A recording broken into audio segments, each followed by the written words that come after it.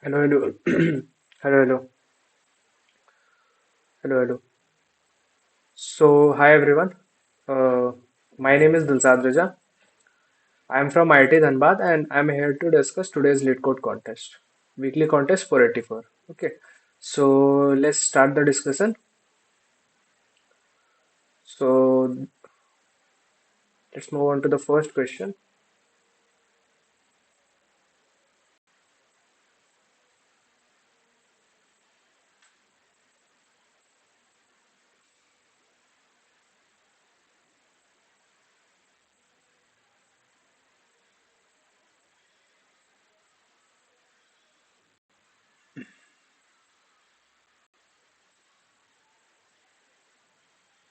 Yeah, so this is the first question.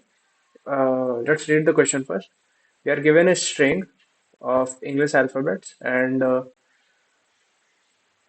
we call a prefix of s a residue if the number of distinct characters in that prefix is equals to this. That is the length of the prefix modulo 3. Okay. And then we have to return the count of the residue prefixes in else. And they have also defined that a prefix is a non-empty substring. So we can't take an empty substring as a prefix of s. Okay. So let's look into the constraints. So constraints are like uh, very nominal, like 100. Okay. So yeah. So so what are we given here? So yeah. So a string s. Okay. And we take a prefix of this s. So let's say this s is A, C, E, D. Okay. So on and so forth. So if we take some prefix, let's say this prefix, and if we count how many distinct characters are there, so in this prefix, so the number of distinct characters is 2, and the length of this prefix is also 2. So if this condition satisfies, the condition is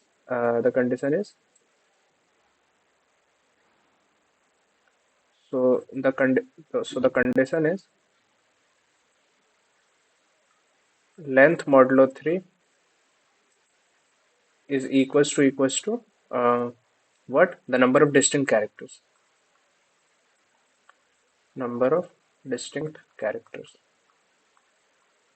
Okay. So like you can check this by pure brute force as well.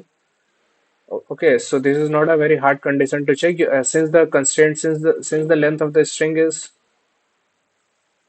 not beyond 100, we can do any kind of brute force we want. Okay.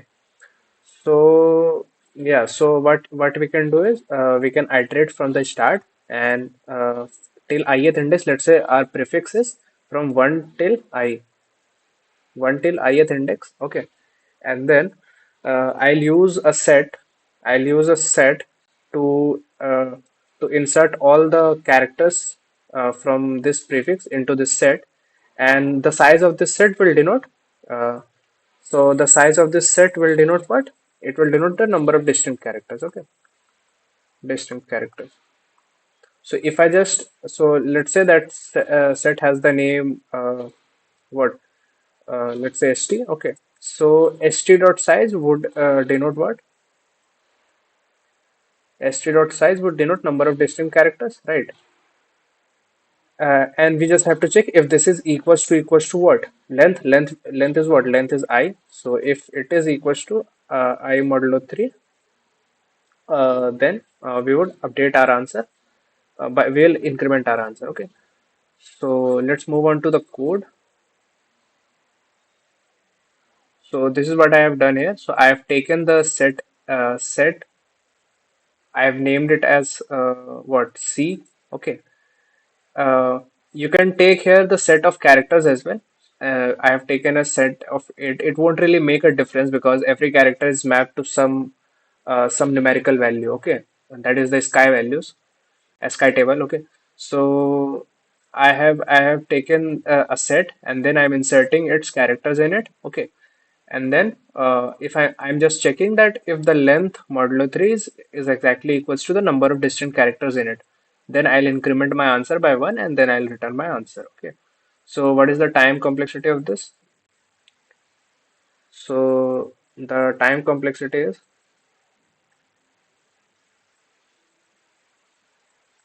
so the time complexity is n log n because I'm using a set. Okay. And the space complexity is just n, right? So yeah. So let's move on to the next question. So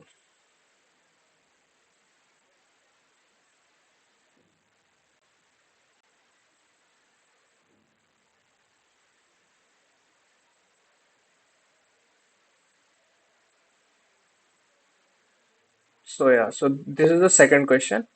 Okay. And just read this question once.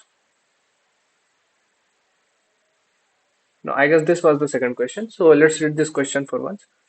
So we are given an integer array nums, okay, and we have to count the number of subarrays such that the sum of the elements in that subarray is should be something which appears in that same subarray. Okay, so whatever the sum of that subarray is, that should appear in that subarray. So we call that subarray as centered subarrays, and we have to return the number of centered subarrays of the array nums. Okay, and the length of the nums array is just 500. Okay, so what do we have here? So we have an array nums. So we have an array nums. Okay, and in this we say a subarray is good. So a of L to R is good if a of uh, J. So whatever the summation of this, J is equals to L to R. If this is equals to, let's say, X, then there exists some K such that A of K is equals to X and K is between L to R. Okay. So yeah. So then we say that this tuple of L comma R is good, and we have to count how many good tuples are there. So what can we do? So you would notice that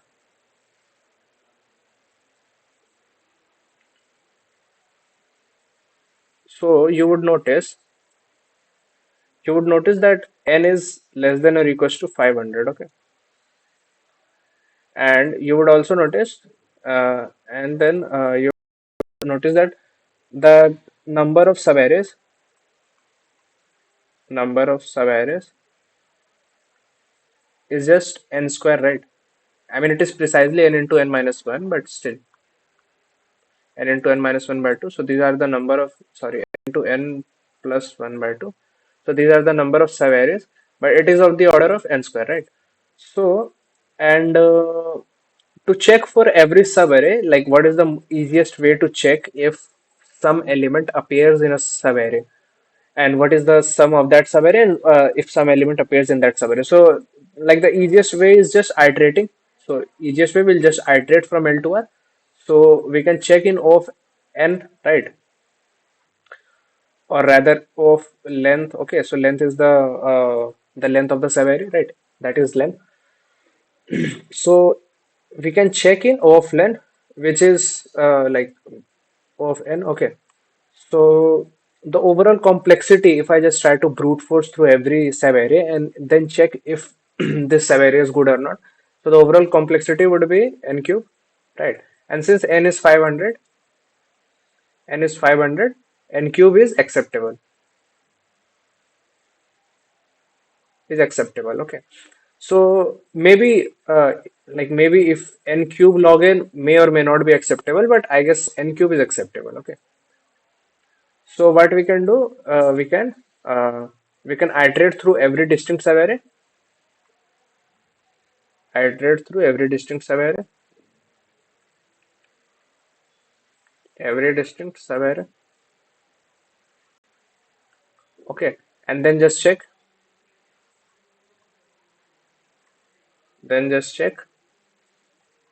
if the sum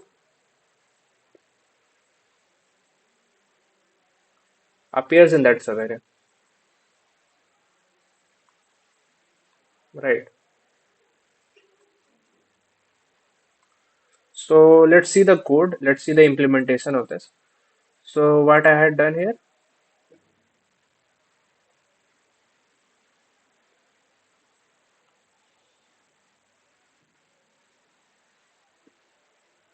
just a second.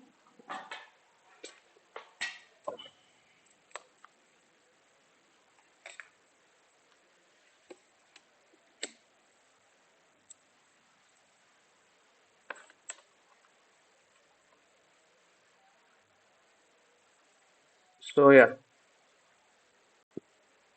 so let's see. So let's see the code. So as I said, I will iterate through every distinct subarray. So I denotes my L. What is my starting? What is my left boundary of the subarray? And J denotes the right boundary of the subarray. Okay. So for this subarray, I am declaring two variables, that is sum and found. So first I'll calculate what is the sum of this subarray, and then I'll just check. Then I'll iterate again, and I'll just check if any element between in this subarray is exactly equals to my sum or not.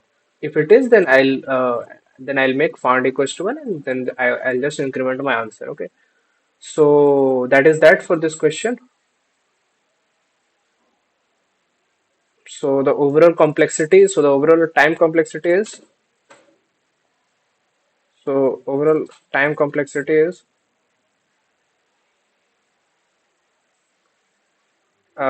O of n cube, and space complexity is I guess O of n. Okay. So yeah, let's move on to the next question.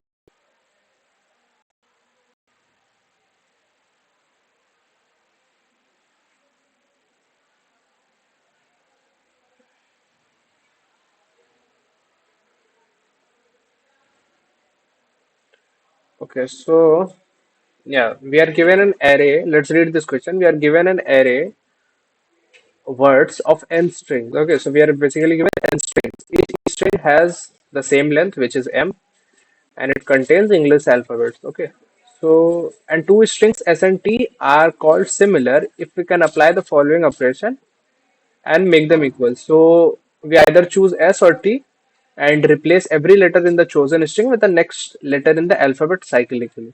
Okay. So and the next letter after Z is A. So yeah.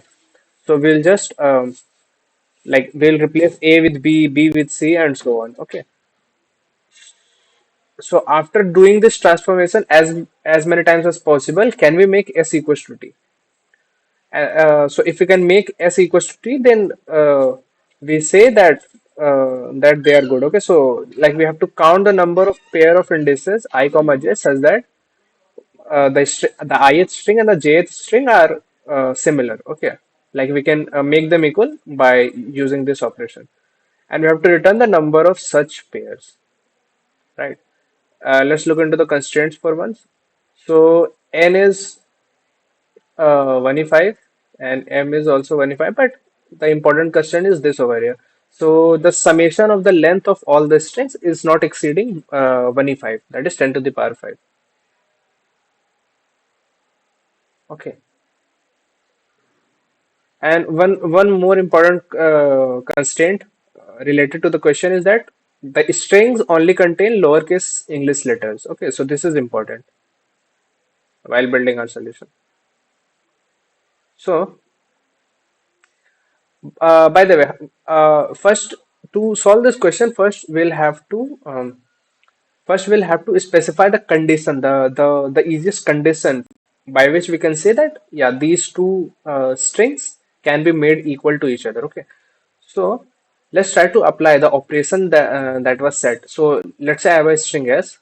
Okay, I have some string s, and I am applying, let's say, the operation that was said, like transform every character to its next character, okay, cyclically. So let's say I had A, B, C, E, F, Z, I, something like that, okay. Uh,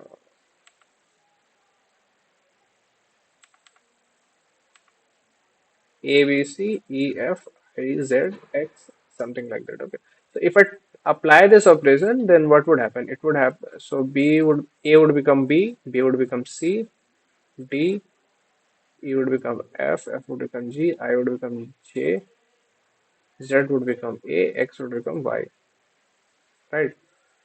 So, so the important observation that is that that you have to observe here is after applying this operation, I have applied this operation for once, okay. Then what was the relative distance between the distinct characters? So between A and B, so if I say A is 0 and B is 1, then the relative difference is 1. Okay,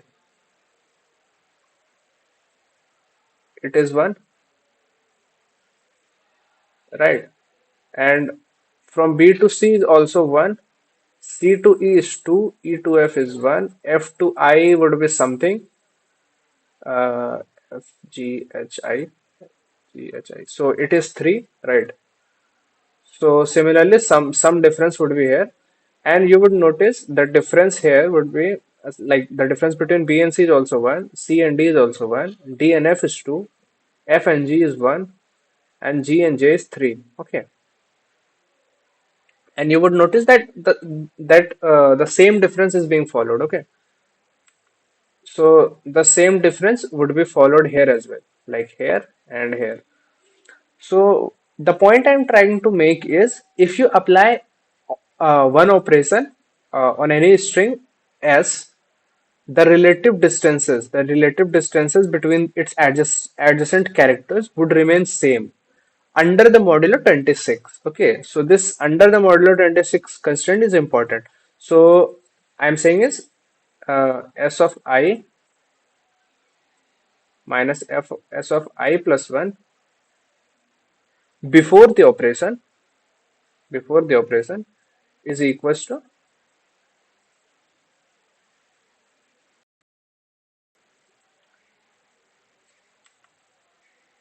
is equals to uh, or rather it's congruent to S of I minus S of I plus 1. Okay, so this is after the operation. I'll just call it S dash.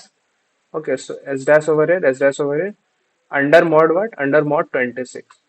Why I'm saying this mod 26? Because the distance between Z to A is the same distance between A to B. Okay, so Z to A का जो भी distance है, so the distance between Z to A, Z minus A would be what? It would be something like 25, and the distance between A to Z, sorry, A to B. So this would be nothing but minus 1. Okay, but these two values are same under the modulo 26. Under mod 26 they are same. Okay, so we so we are able to see that whatever operation you apply, so how many number of times the operation you apply on either S or T, the relative distances in S or T doesn't change. Okay, so that remains same. Okay, so the necessary and the sufficient condition for S and T to become equal after some number of steps is just this. It is what? It is just this.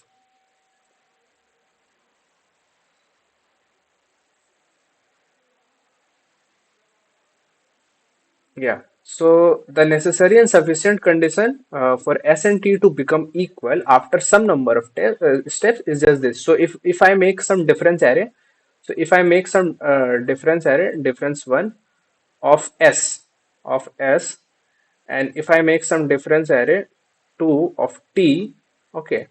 How am I making the difference array? So difference of I, so difference of I is nothing but s of I minus s of I plus 1 mod 26. Okay. So, and since we are subtracting, we'll have to add plus 26 as well. So, this value, it will be a non-negative value. Okay. And if I transform my, so if I get an array, so and the size of this different difference array would be nothing but n minus 1. Okay.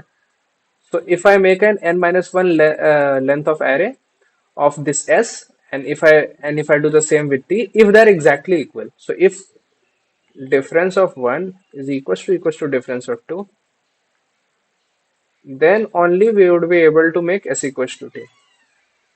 So then only we would be able to make s equals to t. Okay.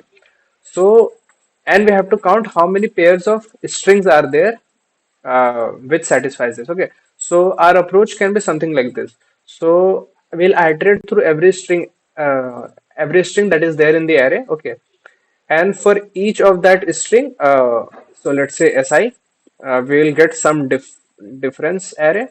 We'll call it just defi. Okay, and we will have some kind of data structure. Let's say a map in which we are storing how many appearances of a particular kind of difference array we have seen till now. Okay, so then I'll just increment my answer as answer plus is equals to whatever. So yeah, like something like this. Okay.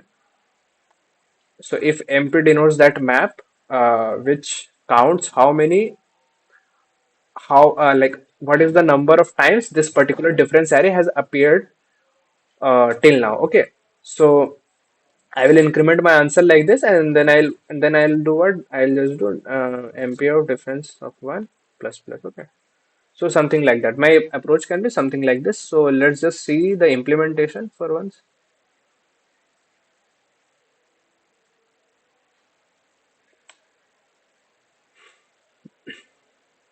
So I have declared this vector of I have declared this map of vector comma int. Okay, so as I said, I'll count the number of times a particular difference array is appearing till now. Okay, so that is being so I'll store that thing in this map. Okay, and if m is equals to, so that's a corner case. So if m is equals to n, my answer is just all the number of pairs of I comma j. Okay, so that is basically nc2, which is n into n minus 1 by 2. If it is not, m is something greater than 1, then what I'm going to do, I'll iterate through every string, and for each string, I'll calculate my difference array. As I said, so difference array is nothing but this. So what's of I j minus what's of I minus j plus 26 modulo 26. Okay, so this difference is in the modulo 26. Okay, and then I'll append this, and then whatever difference array I have got, I'll count how many number of times this difference array has occurred previously. So that's how I'll increment my answer, and then I'll just increment the count of this difference array in the map. Okay, and I'll return the answer. So this is the overall approach, and the time complexity is, so the time complexity.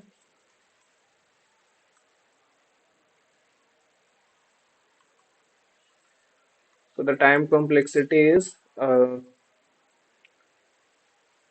into m.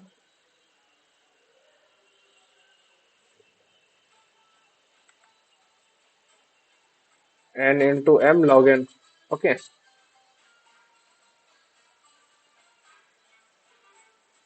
So yeah, that's all. And the space complexity would be n into m.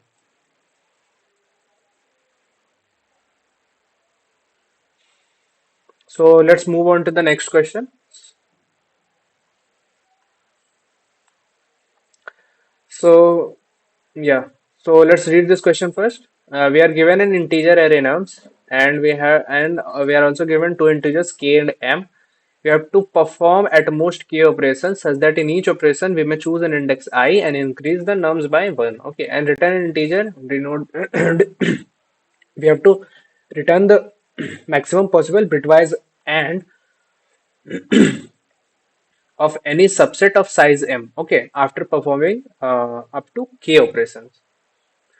Let's look into the constraint. So the length of the array is not beyond 5e4.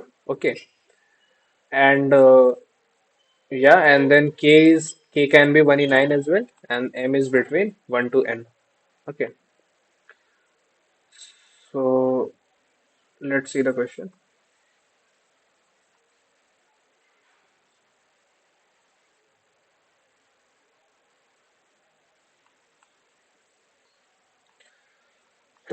So uh,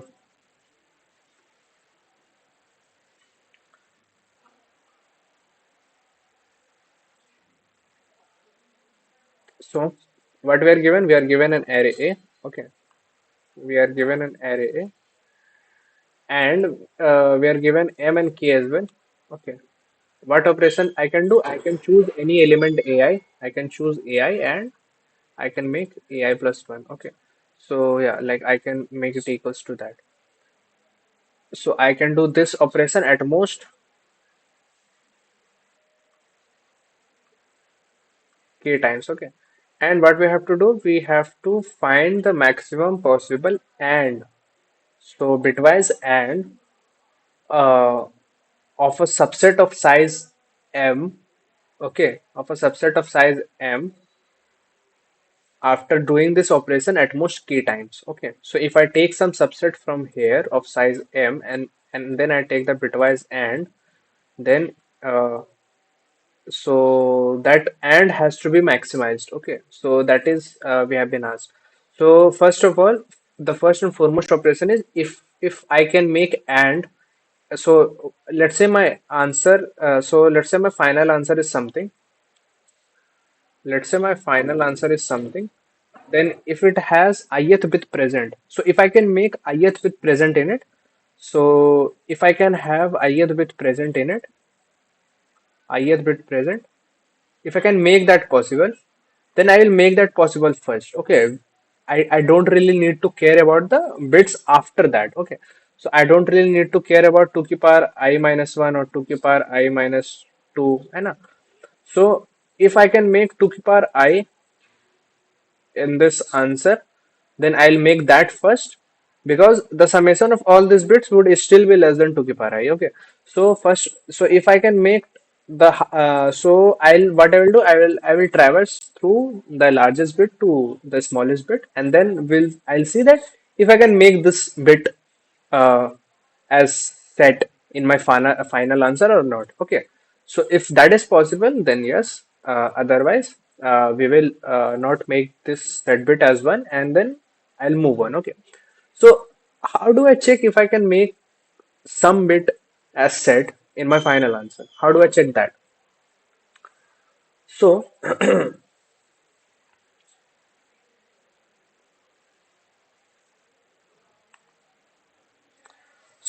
let's look into some examples. Okay, so let's take some example from here only. So we are given what? We are given 1, 2, 8, and 4. Okay, we are given 1, 2, 8, and 4. Okay, so like I'll iterate through what? And in this, m is equals to 3. Okay, and what is k? K is 7. Okay, so k is 7. K is 7. Okay, so if I want to make, let's say, if I want to make the first bit, let's say I am trying to make 2 to the power 3. Okay, which is 8. So if I want to make 8, there's already an 8 present, so I don't have to make any changes. And I'll have to change 4 or 4 and 2, right? I'll have to change at least 2, so the closest two numbers are 2 and 4. So I'll convert 4 to 8, and then I'll also convert 2 to 8. And what is the cost? This is 6 and this is 4. So the total cost is 10. which exceeds k. Okay, so 10 is greater than k, so this is not possible. So let's look. Can I make 2 ki power 2 in my final answer? Okay, so if I can make that, so yeah, so to make 8, so to have one like to have 2 ki power 2 in 8, I'll have to add 4. I'll have to make it 12. So my cost is 4. To make 4 2 equals to 4, it is actually 4. Okay, so it is 0. To make 2 equals to 4, I need 2 operations, and to make 1 equals to 4, I need 3 operations. Okay, so we can make one observation that if let's say I'm trying to make some let's say I'm trying to make answer equals to some x. Okay, so let's say answer is equals to x. Okay, we have to somehow found the minimum cost required to make AI and x is equals to x. Okay, we have to find out the minimum cost required to make AI and x is equals to 8. Okay, so all the set bits of x is present in AI. We have to count the minimum cost of that. So whatever this array of cost I have got, I will take the smallest m cost. Okay, so I'll basically sort this cost array, and I'll check the sum of the cost of the first m elements. Okay, so if that sum of cost is less than or equals to k, then yes, I can make this answer. Then yes, answer is possible. Answer is equals to x possible. Otherwise not. Otherwise not. Okay. But make no mistake, don't make this assumption that if I can make answer equals to x, if I can make answer is equals to x, then I can also make answer is equals to x minus 1. Yeah, okay. So I didn't go by this approach. I'm not sure if answer is equals to x is possible, then if answer is equals to x minus 1 is possible or not. Okay. So I didn't really prove that during the contest. So what I did was I checked, so I greedily checked for every bit if I can make this bit in my final answer or not. Okay. So I just tried to did that. Okay. I'm not sure if this is correct or not. I'm not saying anything about this. Okay, so what we can do is we can do something like we can iterate through every bit. We can iterate through every bit, iterate through every bit in reverse,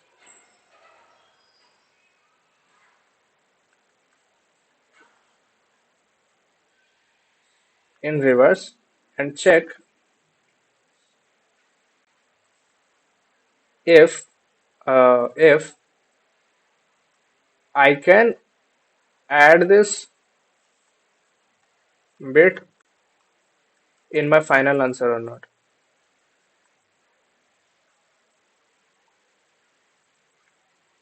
So let's say I have iterated through some number of bits. Okay, so I have iterated through some number of bits, and I have checked that yeah, this bit can be in my final answer. This can not be, and this can be, and this cannot be, and this can be. Okay, something like that. So then, if I'm coming to this bit, that is the ith bit. Okay, then I'll assume that yeah, these bits I have to make somehow. These bits in my final answer, I have to somehow make these bits possible somehow. Okay. So yeah, and then I'll check that if I can add this bit into my final answer or not. Okay, so let's say whatever answer that I have got, whatever answer that I have till now, so I will get a new answer. I'll get a new answer, which would be what? Which would be nothing but answer and bitwise or with and just I. Okay. So if I add this bit and let's say this is my new answer, then what I'm going to do is I'll again I'll again calculate my cost vector. Okay, I'll again calculate calculate cost array. Okay, and then sort,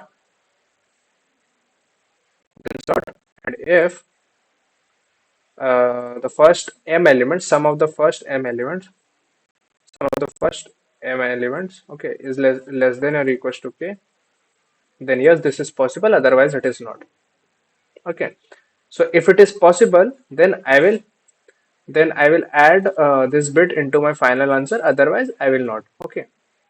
So this is my approach. Right. Now the most important question comes: how do I actually calculate the cost?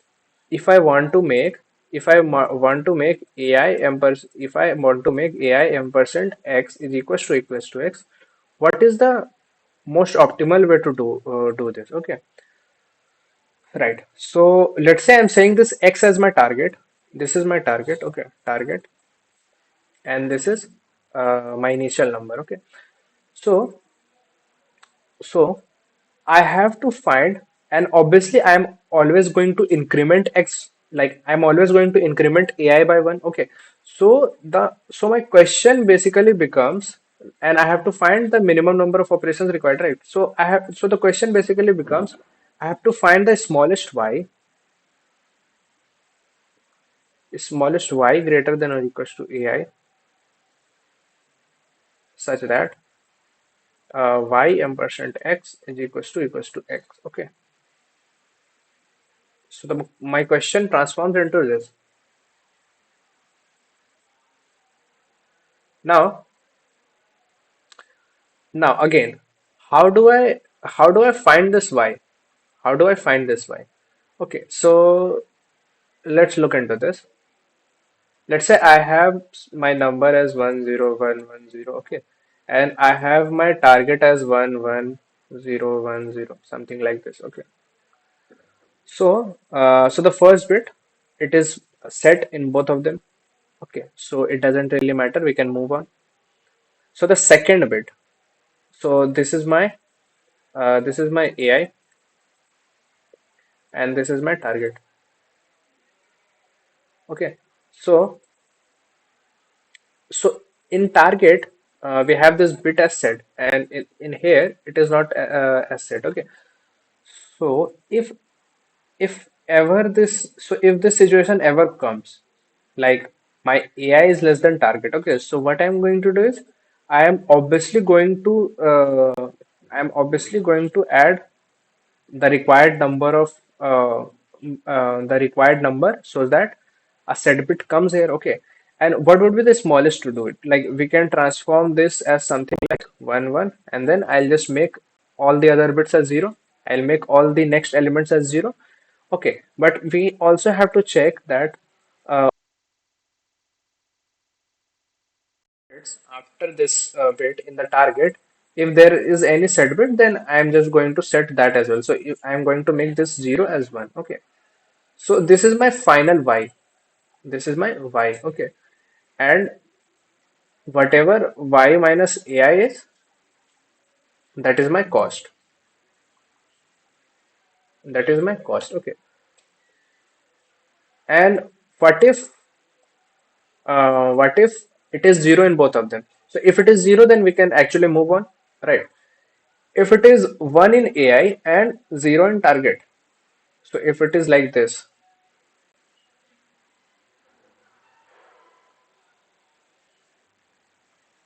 so if it is like this, you can see that AI is 1 here and this is 0. So it actually doesn't matter. We don't really need to change anything. Okay.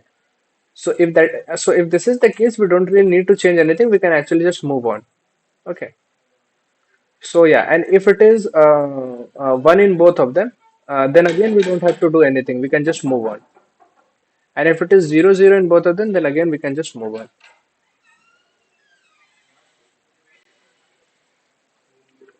So let's look into the code for once. Let's look into the implementation.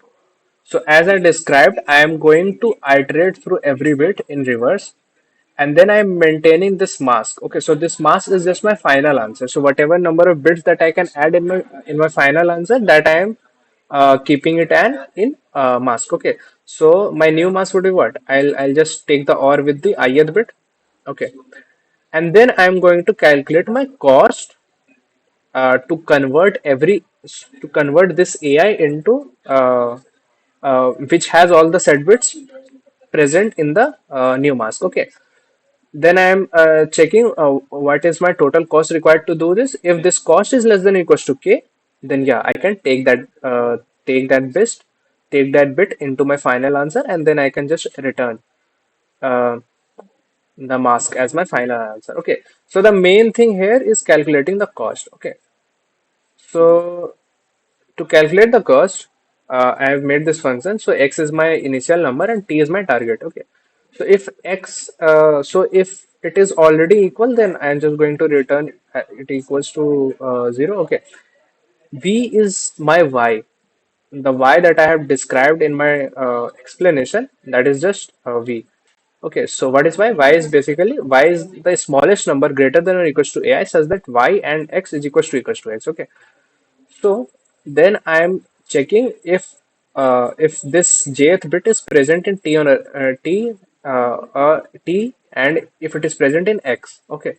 So if it is present in t, then I'm checking if it is present in x. So since they both are present in both of them, so I'm just going to make so I'm just going to yeah, like this. Okay, if it is not present in x, that was actually the only good case. Okay, so if it is not present in x, then what I'm going to do is I'm going to make that bit present in v, and then I'm going to make all the other bits after this jth bit as 0, and then if there is any set bit present in t after this, then I am going to add that bit as well. Okay, and then I am just going to return v minus x. Okay, right?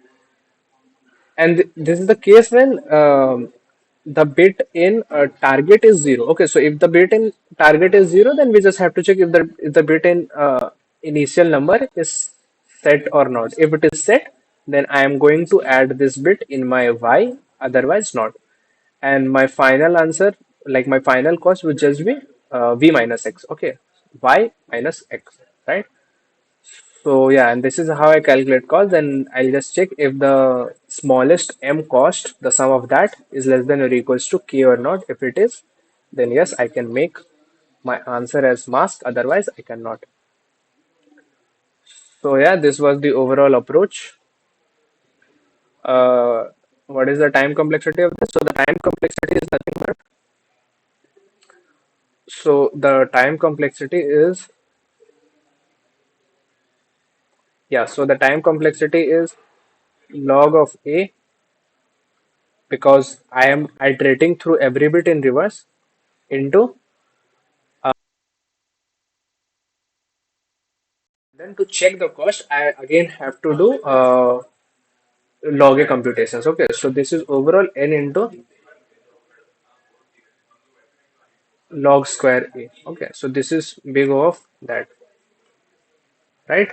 And the so the time complexity is this, and the space complexity is just O of n. So that's that. So that's that. I hope you like the discussion. Make sure to give any feedback that you have. Thanks.